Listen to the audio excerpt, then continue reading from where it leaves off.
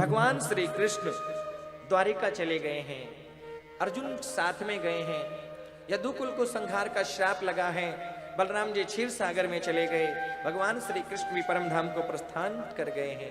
अर्जुन आए हैं वापस द्वारिका से लौट करके, और जब पांडवों को बताया कि द्वारिकाधीश कृष्ण इस धरा को छोड़ करके चले गए हैं,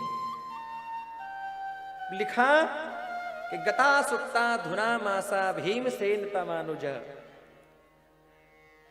युधिष्ठिर जी भीम से बात कर रहे हैं कि बहुत दिन हो गए आपके भाई अर्जुन को गए हुए, आए नहीं, लौट करके बात कर रहे थे कि अर्जुन सामने आते हुए दिखाई दिए उदास। अर्जुन से पूछा उदास क्यों हो, क्या कारण है, क्या ये पाप हुआ, क्या ये पाप हुआ। अनेक प्रकार के पापों की चर्चा भागवत में की है। अर्जुन ने कहा ऐसा कुछ नहीं कि हमारे जो सर्वस्व थे द्वारिकाधीश कृष्ण, हम सबको छोड़ करके चले गए हैं। और जैसे ही सुना माता कुंती ने कि कृष्ण छोड़ करके चले गए हैं, माता कुंती ने अपने प्राणों का त्याग कर दिया है। धन्य है माता कुंती की भक्ति कि जैसे ही सुना भगवान इस धरा को छोड़ करके चले गए, अपने प्राणों का त्याग कर दिया। जिस प्रकार सतयुग में दशरथ जी को पता चला कि राम सुमंत्र को कहा था, हे सुमंत्र तुम राम को कुछ दिन वन में घुमाना और वन में घुमा करके वापस लौट करके आ जाना। सुमंत्र ने अनेक बार प्रयास किया, राम आप लौट चलिए, आप लौट चलिए, आप लौट चलिए, लेकिन राम ने बोल दिया, रघुकुल रीत सदा चली आई, प्राण जाए पर वचन न जाए। सुमंत्र ने आकर के देखा कि सुमंत्र आ रहे हैं, रथ आया, दशरथ जी जो 6 दिन से विहल होकर के पड़े थे, पता चला सुमंत्र आए हैं, दशरथ जी खड़े हो गए। और जब सुमंत्र ने बोल दिया, महाराज मुझे क्षमा करना, मैं श्री राम को वापस ला ना सका। जैसे ही दशरथ जी ने सुना, 6 बार राम राम कहा कि राम राम कहीं, राम कहीं, राम राम कहीं, राम तनु परिहर रघुवर बिरह, राम गयो सुरधाम। 6 बार राम राम राम राम कहा है। बोले राम जहां पर तुम नहीं हो वहां पर मैं भी रह नहीं सकता। 6 बार राम राम कहा, दशरथ जी ने प्राणों का त्याग किया। उसी प्रकार माता कुंती ने सुना अर्जुन से कि भगवान इस धरा को छोड़कर के परम धाम को प्रस्थान कर गए, माता कुंती ने भी अपने प्राणों का त्याग कर दिया है। और कहते हैं जब माता कुंती ने प्राणों का त्याग किया, पांडवों ने सोचा, बोले हमें भी अब इस धरा को छोड़कर के जाना चाहिए, जब भगवान ही चले गए तो हम क्या करेंगे। कहते हैं जिस बालक को भगवान ने गर्भ में रक्षा की थी, जिस बालक की भगवान ने गर्भ में रक्षा करी, उस बालक का वो बालक बड़ा हो गया है, नाम रखा परीक्षित। बोले परीक्षित जी महाराज की जी। परीक्षित जी बड़े हुए हैं महाराज। और कहते हैं परीक्षित जी को राजगद्दी पर बिठाया है पांडवों ने, और स्वयं स्वर्गारोहण के लिए प्रस्थान करने लगे। और जाते जाते बोल करके गए, हे परीक्षित हम तुम्हें कुछ उपदेश कर करके जाते हैं, ध्यान से सुनना। बोले जीवन में हमेशा एक बात का ध्यान रखना। बोले बताइए प्रभु। परीक्षित को बताया, जीवन में हमेशा संतों का सम्मान करना, हमेशा संतों का सम्मान करना। एक बार शत्रु भी शरण में आ जाए तो उसे माफ कर देना। संतों का सम्मान करना, शत्रु भी शरण में आए तो क्षमा कर देना, पाप होते कभी नहीं देखना। जी प्रभु, संतों का सम्मान करूंगा, पाप होते नहीं देखूंगा, और शत्रु भी आएगा तो उसे क्षमा करूंगा। परीक्षित जी को राजगद्दी पर बिठा करके पांडव स्वर्गारोहण के लिए प्रस्थान करके परीक्षित जी धीरे धीरे बड़े होने लगे हैं महाराज। धीरे धीरे बड़े हुए और एक दिन सोचा कि हम राज्य में भ्रमण करके आए। परीक्षित जी राज्य में भ्रमण करने के लिए चले हैं। एक मुकुट परीक्षित जी ने लिया है सोने का, और मुकुट को धारण करके जाने लगे हैं।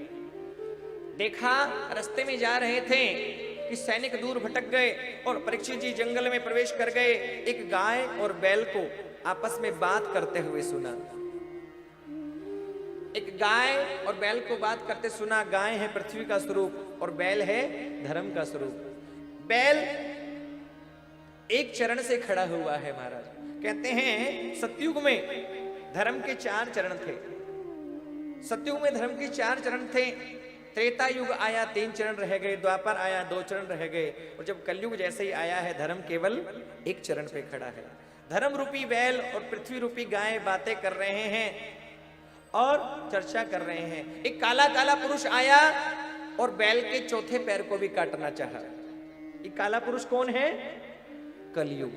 ये कलयुग नहीं चाहता कि धर्म हो, कलयुग नहीं चाहता कहीं कथा हो, कलयुग नहीं चाहता कहीं कीर्तन हो, कलयुग नहीं चाहता कहीं भजन हो, कलयुग नहीं चाहता हमारा मन भजन में लगे।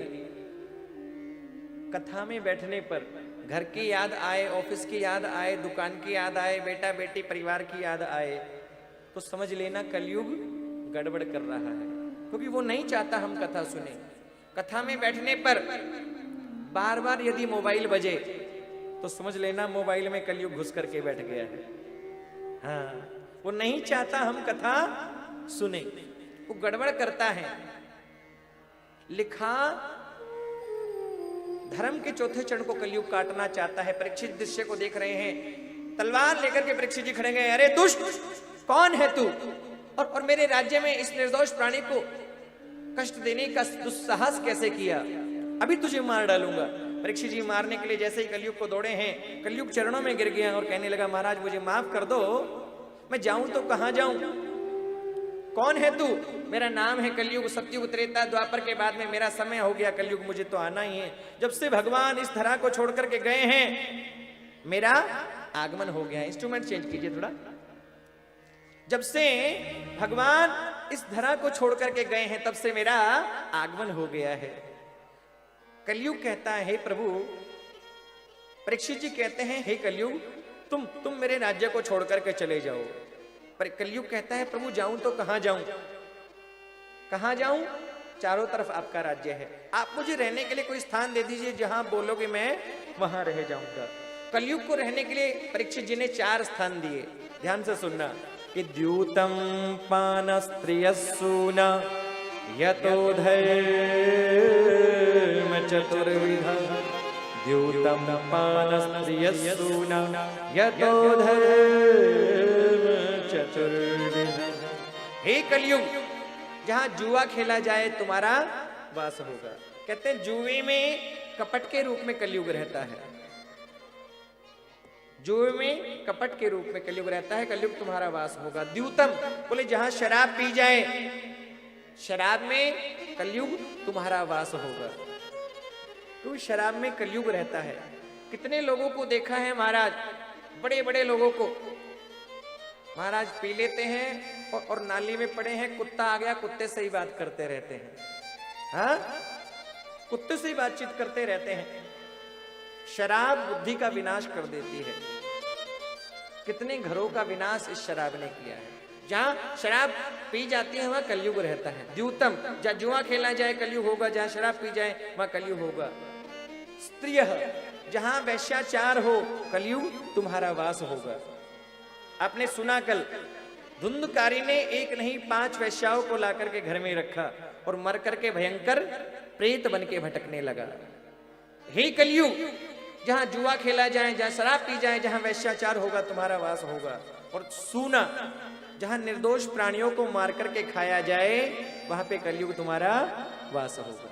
4 स्थान दिए महाराज। कलयुग कहने लगा, महाराज ये 4 स्थान गंदे दे दिए, 1 स्थान तो अच्छा दे दो। परीक्षित जी ने पता नहीं क्या सूझा, बोल दिया कि सोने में तुम्हारा वास होगा, सोने में तुम्हारा वास होगा। और जैसे ही बोला महाराज, कलयुग ने छोटा रूप धारण किया, परीक्षित जी के मुकुट में आकर के बैठ गया।